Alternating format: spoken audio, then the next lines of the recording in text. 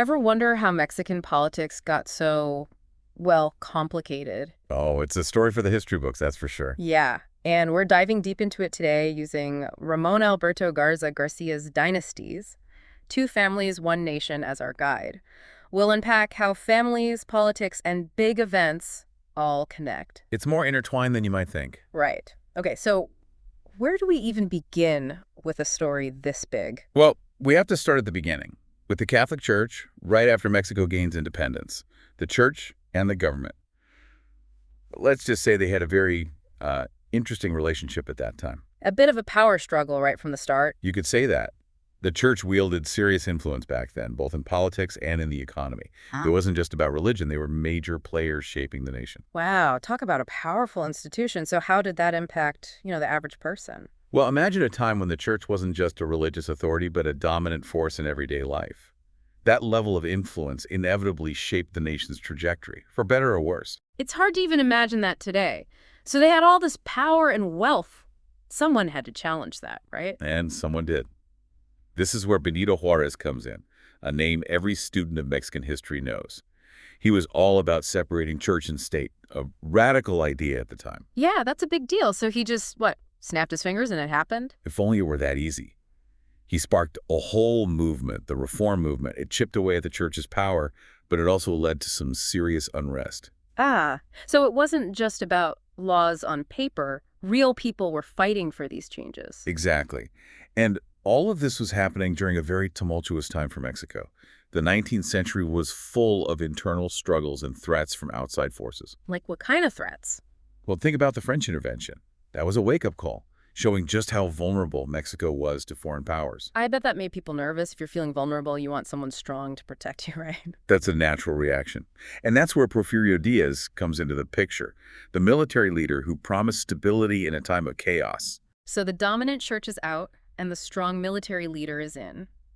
Sounds like a familiar pattern throughout history. It does, doesn't it? But here's the thing.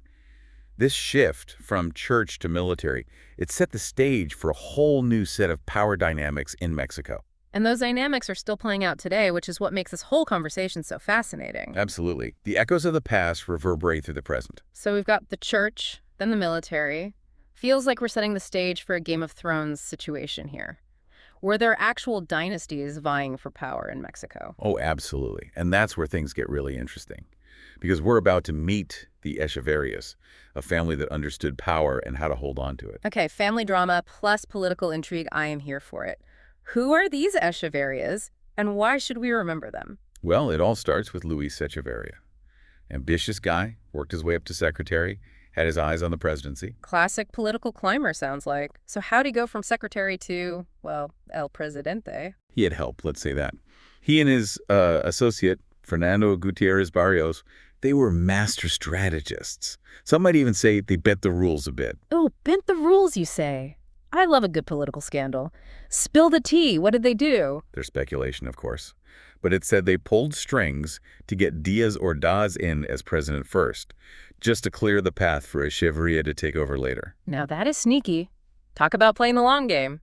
So Echeverria gets what he wants, but it sounds like there were consequences. There were indeed. See, Echeverria's time in power, it's forever linked to the Tlatelolco massacre. Right, the student protests in '68. That's heavy stuff. It was a tragedy. Peaceful protest met with brutal force, and Echeverria's role in it all, well, it's still debated today. Oh. Okay, so we've got ambition, power plays, and a national tragedy. Is that all? Oh, we're just getting started. Because Echeverria's story goes beyond Mexico's borders. We got to talk about the CIA. Yeah. Hey, hold up. The CIA, like spies and secrets in the Cold War? That's right. Allegedly, Echeverria and Gutierrez Barrios were involved with a CIA program called Le Tempo. Remember, this is the Cold War. Everyone's paranoid. Information is power. So Echeverria's playing both sides. What was he thinking?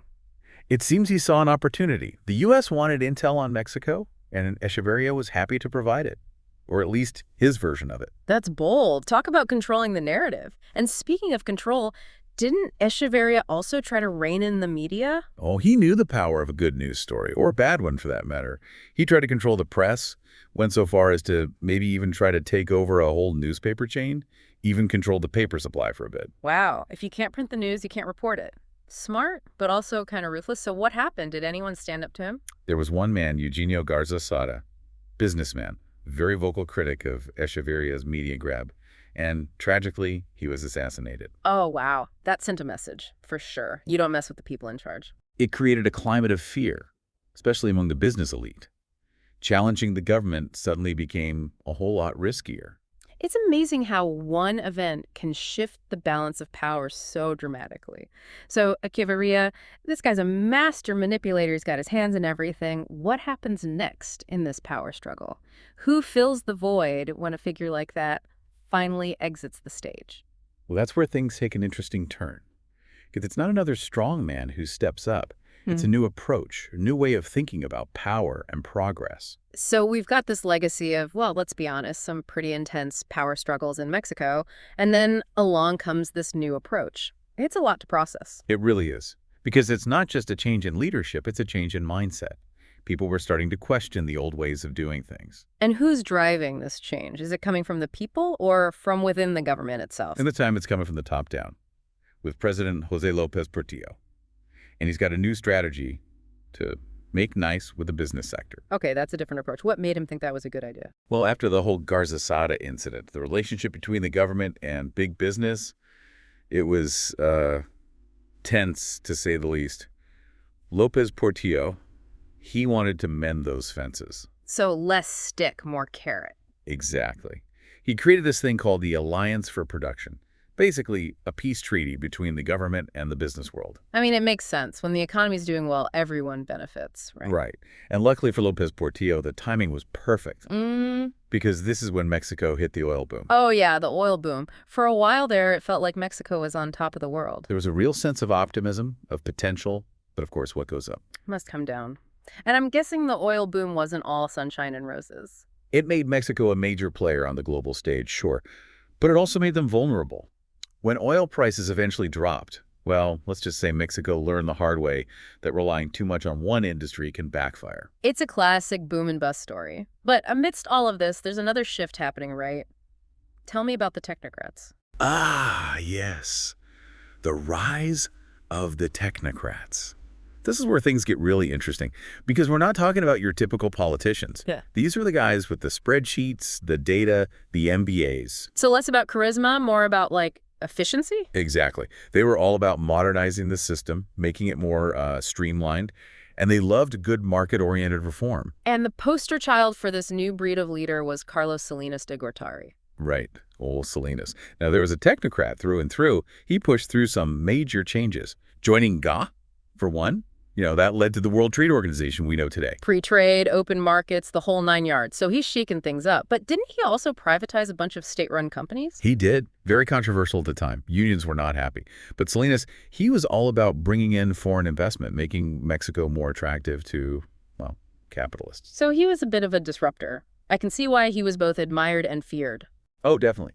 And then there's the whole controversy around his election. Let's just say there were some irregularities. Some people believe he might have had some help winning. So not exactly a squeaky clean victory. That must have caused some serious tension.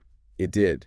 And this is where we see the once mighty PRI, the party that had ruled Mexico for decades, start to, well, crumble. We started with the church, then the military, then these powerful dynasties, and now even the PRI is starting to lose its grip. What a wild ride. And this is where our deep dive into Mexican power dynamics, guided by Ramon Alberto Garcia's dynasties, has to come to an end. But the story, it doesn't end here. No, it definitely doesn't.